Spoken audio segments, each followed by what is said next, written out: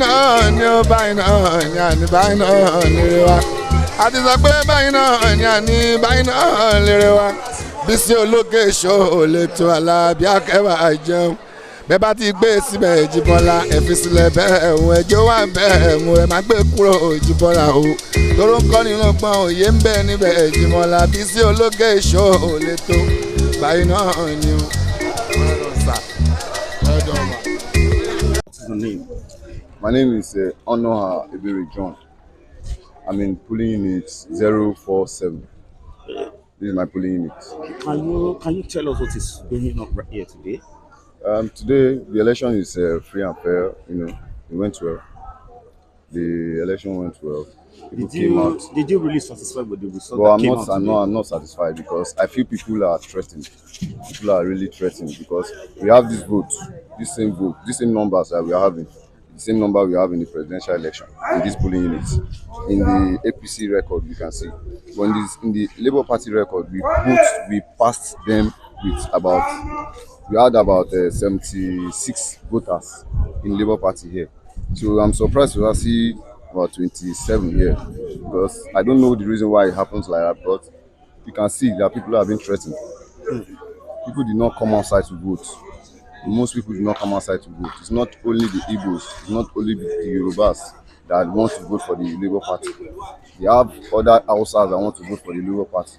You understand? People did not come out to vote because they feel threatened, they feel that something will happen today. Some people that even come outside in the late hours, I started asking them, why are you guys coming by this? And they said they were feeling that there will be riot outside. That's why they didn't come out. I can imagine that. 54, 55, 56,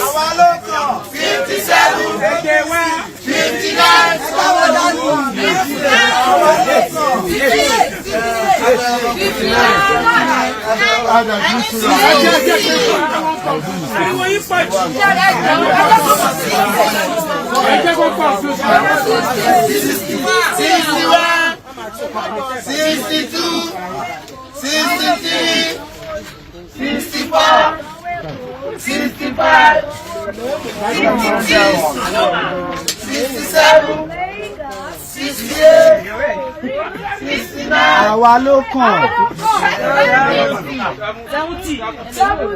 71, 72,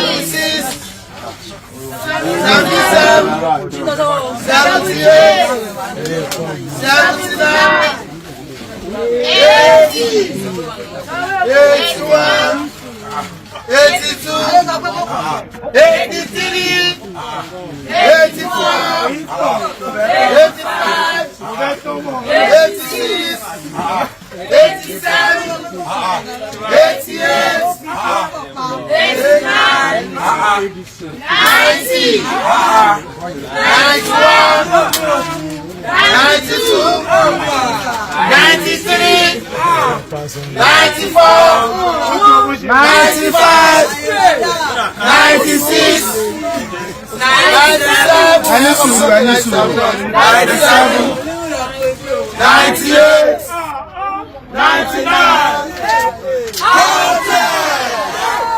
101, 102, 103, Thanks for watching this video. Please don't forget to click on subscribe button. Kindly comment and share. We drop new videos daily. Thank you. God bless you.